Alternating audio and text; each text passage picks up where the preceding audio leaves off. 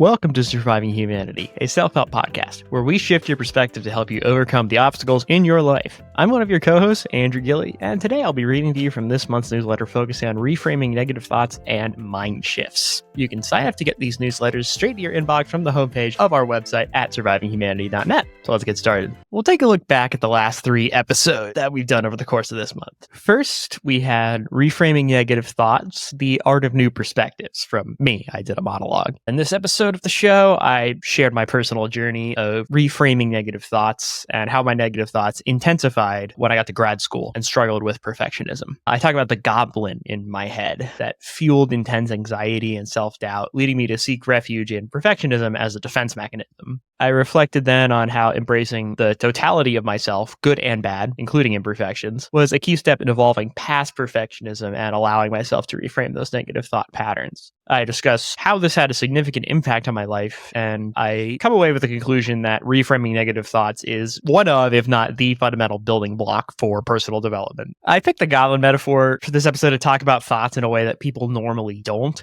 They're part of a little monster in our heads, personifying our bad thoughts so they're not a part of ourselves. This allows us to put space around those thoughts and helps us not identify with them. We give ourselves mental space to diffuse these thoughts. It's a helpful technique for not over-identifying with your own thoughts, because since we aren't our thoughts, but it feels that way a lot of the time, making a little goblin or an old woman in the attic or whatever you want, really, can help not identify with the thoughts themselves and instead allow you to put some distance there and gain some control over your thinking. Next, Wes and I had a conversation about reframing negative thought patterns. We talked through some of the numbers and problems in contemporary society with reframing negative thoughts. We talk about how negative thoughts drag you down and leave you in a negative frame of mind or even manifest in the body. This is even more important in light of social media and the internet, where we have a lot of time dedicated to comparing ourselves to other people. Negative thoughts influence all your thoughts. They seep into normally innocuous thoughts. Negative thoughts beget negative thoughts. There's a spiral involved, and people with PTSD or depression or anxiety or OCD or BPD or any kind of mental illness are more susceptible to having negative thoughts really negatively impact their lives, as well as if you're part of any kind of oppressed group. This just intensifies it. Wes and I close by talking about some ways around negative thoughts, talking about some cognitive behavioral therapy and acceptance and commitment therapy techniques, CBT and ACT for short. And we comment on how personal development shifts our whole perspective once we get rolling with reframing our negative thoughts. And the last episode we had this month was Wes's interview with Kate Nguyen. Kate is an energy healer and YouTuber who hosts the Best of You channel. Kate described her experiences with depression and the obstacles she faced in overcoming it. She utilized a form of a technique called Ho'oponopono, where she chanted positive affirmations day and night to align herself to more positive thinking. It helped her clear the trash out, the obstacles that blocked her path to her goals. She sees problems as opportunities for strengthening our abilities and allowing us to help others who haven't yet cleared the trash from their lives. When we find our gifts through these trials, that's where we can share them with the world and truly make a difference, both for our own happiness and in making the world a better place. So I'll delve into a few things we learned from Kate this time and talk about some highlights from her thoughts in the interview.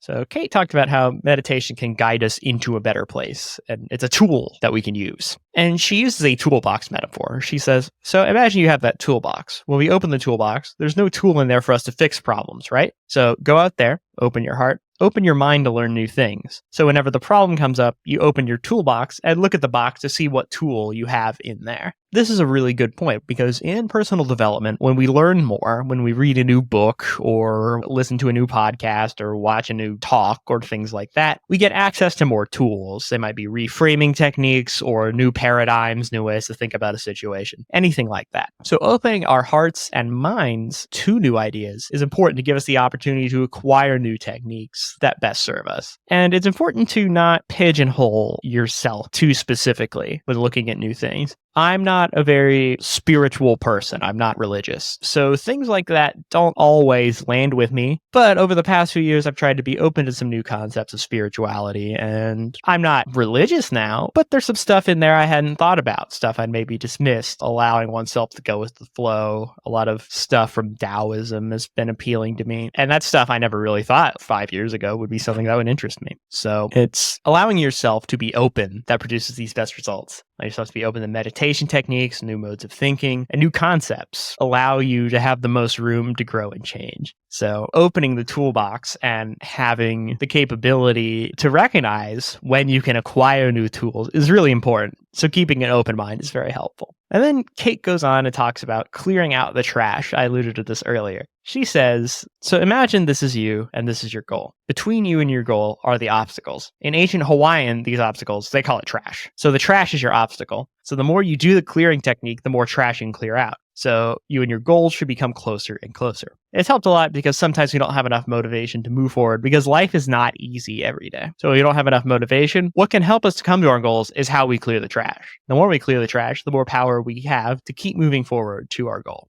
I really like this. This is a good way of helping with the anxiety avoidance cycle. When something really makes you anxious, you're starting a YouTube channel or applying for a new job or having a difficult conversation. Our anxiety just makes us want to avoid the situation overall. Just don't deal with it. And there's some days where that impulse wins. I have a lot of experience with this, unfortunately. There's some days you just can't for whatever reason. It might be physical or mental limitations on your energy. It might be just life circumstances getting you down, whatever it is. Some days you just can't. You're unable to get yourself to do the thing that you want to do. Life is hard. And Shad Helmstetter notes in the book, What to Say When You Talk to Yourself, self-improvement competes with the demands of daily living. So we can't always devote all of our energy to self-improvement.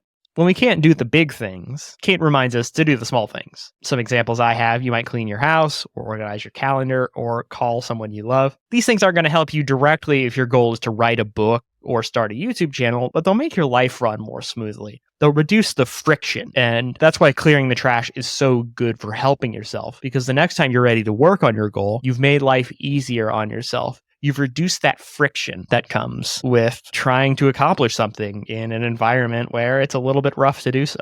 Kate finally says, at some age, the work you do can help many other people. Then just keep doing it. Just do it. The more you take action, the more you feel good about yourself. Do not focus your energy on the outside world. This is a difficult but key component of self-improvement, and it sounds a little contradictory, but it isn't. A lot of us create suffering for ourselves because our focus is external. When I described my struggle with perfectionism in this month's first episode, this is what I was talking about. I had my focus on other people's reactions, expectations, and opinions. I let those control my happiness and control what I did and controlled the way I approached situations. When I pulled back from that, with a lot of work, I became a lot happier. At the same time, though, focusing on yourself and improving yourself doesn't mean withdrawal from the world. The more we help other people, the better we feel. It's not about others' opinions or what they think of us. It's about us going out into the world and making the world better. We start from a place of focusing on ourselves, making our energy positive and sustainable through self-development, then do the work that helps other people. That's sustainable happiness. When we're doing all of these things, we have difficulty a lot of the time focusing on ourselves in self-improvement because a lot of our motivation is external. A lot of people want to become better for other people. I think it's very common.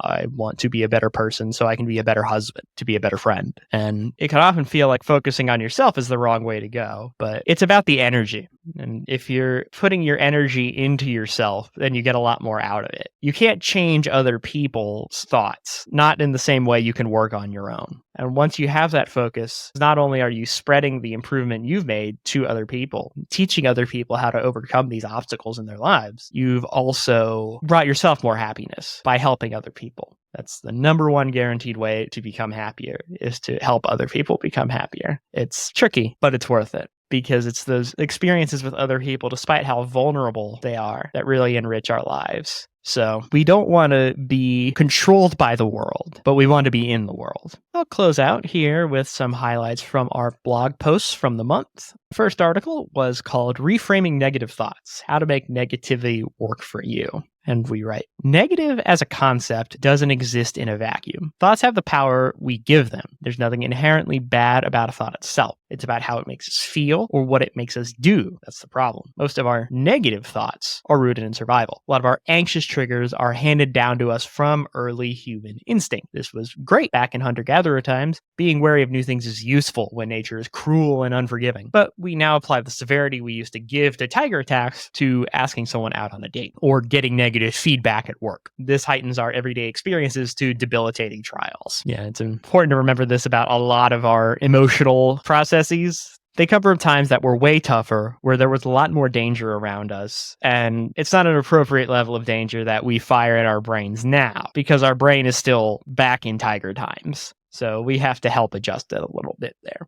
Then we have challenging negative automatic thoughts, our brains in the world. Our daily actions are often driven by habits, which are ingrained behaviors that can be difficult to change or eliminate. The habit loop consists of a cue, routine, and reward, creating a repetitive cycle that strengthens the habit pathway in the brain. This pathway can become so deeply embedded in the neural networks, we may not even realize we're engaging in the habit. Negative automatic thoughts, or NATs, become habits very easily. The brain doesn't know if a pathway in your brain is good or bad for you. What it knows is to make any pathway that you use a lot stronger. We use our automatic thinking pathways a lot, and when that happens, they become entrenched in our neural networks and we can find ourselves on autopilot. Negative automatic thoughts are a little trickier because they're automatic, hence the name. They just pop up by association with other things. A lot of these come from childhood. And yeah, autopilot is a very powerful thing. We talked a lot about this in our episodes on habits. It's very difficult to break a habit once it is entrenched because of how the brain works. Because the more it's used to something, the more time it takes to shift it. The brain is very plastic. It's very adaptable, but the longer something goes on, the more permanent it becomes. It's never fully permanent, but sometimes it takes more work. We have to be conscious of our habits because our thinking habits are influential too. It's not just our actions, it's our thoughts that are habitual. And so being conscious of those habits and being conscious of when we automatically think negatively, that helps overcome negative thinking even better when we can identify those thoughts and patterns. Our final article was called Shift Your Mind, Cognitive Reframing Strategies to Overcome Negativity. Here I outline one specific technique that we might not be all that familiar with. Using Socratic questioning involves asking specific and probing questions that help to uncover deeper levels of understanding. When it comes to reframing negative thoughts, Socratic questioning can be a powerful tool. By asking questions that challenge negative beliefs and assumptions, we can learn to examine their thinking and uncover a more positive and accurate way of viewing yourself and the situation.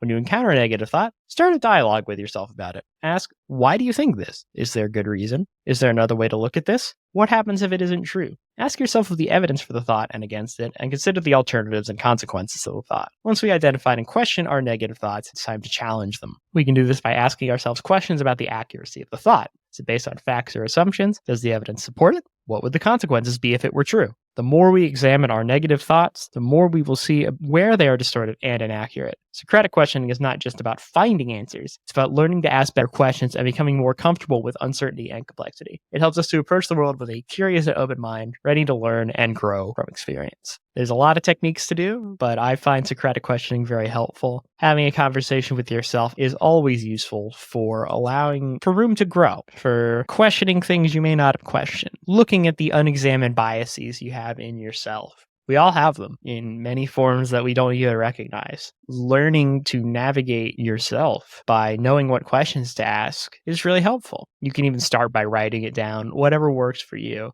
But it's a matter of really being able to ask yourself honestly, well, where do my thoughts come from? And you won't always know, and that's okay. We've all got a lot going on in our minds. We've got influential memories we can't remember, big life events that didn't matter, and little ones that mattered a lot. We're complicated people, all of us. So Socratic questioning can be really useful because it leads to self-discovery. You're interrogating yourself, not in an aggressive way, but you're interrogating the concept of self. It can sound a little intimidating to do, but if you treat yourself like a friend and have a conversation with yourself, I think Socratic questioning is a good thing to put in your toolbox. And it might not be for everybody, but as I said earlier, and as Kate said last week, the more tools you have in your toolbox, the more open you are to those tools, the more success you'll see in the long run, and the more opportunities you'll have to improve your life and increase everyone's happiness around you as well as your own. Well, that'll do it for this time, everyone. Thank you for listening. Tune in next Tuesday to hear a story from Wes for the first episode in our series on overcoming trauma and that's relation to mind shifts. If you want to help support us, please join our exclusive monthly book club on Patreon, share the podcast with others, and don't forget to follow, rate, and review on your favorite podcast platform. And before you go, do you feel like you could benefit from a boost to your morale? Well then, why not give our 7-day self-confidence challenge a go? For only $7, you'll get exclusive access to content that will help you determine your core values and strengths, reframe your negative thoughts,